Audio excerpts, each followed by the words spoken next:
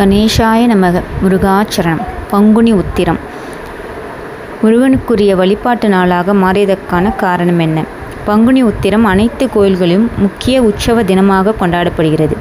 தெய்வ திருமணங்கள் நடைபெற்ற நாள் என்பதுடன் முருகனின் துணைவியான வள்ளி, சுவாமி ஐயப்பன், மகாபாரத அர்ஜுனன் ஆகியோரும் அவதரித்த நாளாக பங்குனி உத்திரம் கருதப்படுகிறது. நெற்றிக்கண்ணால் காமனை எரித்த சிவபெருமான் ரதியின் வேண்டுகோளை ஏற்று காமனை மீண்டும் உயிர்ப்பித்த நாள் பங்குனி உத்திர திருநாள்தான். பங்குனி உத்திர விரதத்தை அனுஷ்டித்து தான் மகாலட்சுமி மகாவிஷ்ணுவின் திருமார்பில் இடம் பிடித்தாள். காரைக்கால் அம்மையார் முக்தி பெற்றதும் பங்குனி உத்திரத்தன்றுதான். இப்படி பங்குனி உத்திர சிறப்புகளை சொல்லிக்கொண்டே போகலாம். ஆனாலும் பங்குனி உத்திரம் என்றதும் முதலில் நினைவுக்கு வருவது முருகனுக்குரிய விரத நாள் என்பதுதான். அப்படி முருகனுக்குரிய நாளாக பங்குனி உத்திரம் மாறியது ஏன் என்பது பற்றி இங்கே தெரிந்து கொள்ளலாம். பங்குனி உத்திரம் 2024 முருகப்பெருமானுக்குரிய முக்கியமான விரத நாட்களில் பங்குனி உத்திரமும் ஒன்று. பொதுவாக விரத நாட்கள் அனைத்தும் சந்திரனின் இயக்கத்தின் அடிப்படையிலே கணக்கிடப்படுகின்றன. நிலாக்காலங்கள் எல்லாமே விழாக்காலங்கள் என்பது போல் ஒவ்வொரு மாதத்திலும் வரும் பௌர்ணமியும் கொண்டாடப்படும் நாளாகவும் முக்கிய விரத நாளாகவும் வைக்கப்பட்டுள்ளது.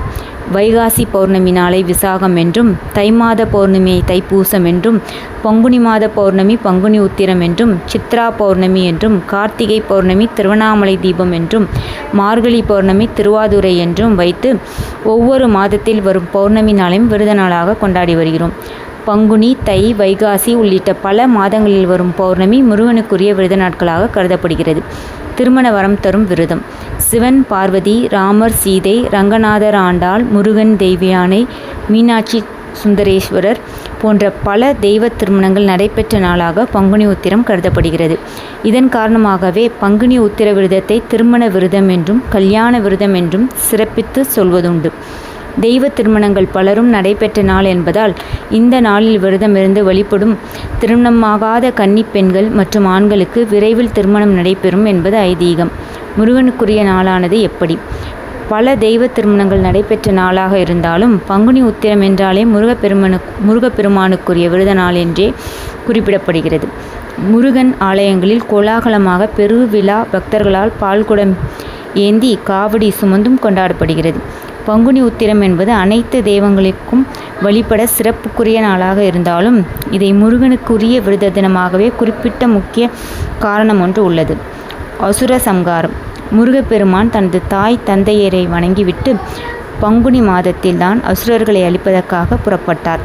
அப்போது அகத்திய முனிவரின் சாபத்தால் மலையாக மாறிய கிரவுஞ்சன் சூரபத்மனின் தம்பி தாரகாசுரனை காப்பதற்காக பலரையும் துன்புறுத்தி வருவதாக நாரதர் மூலம் அறிந்து கொண்டார் முருகப்பெருமான். கிரவுஞ்சன் முருகனின் படைகளையும் முன்னேறி செல்ல விடாமல் தடுத்து வந்தான்.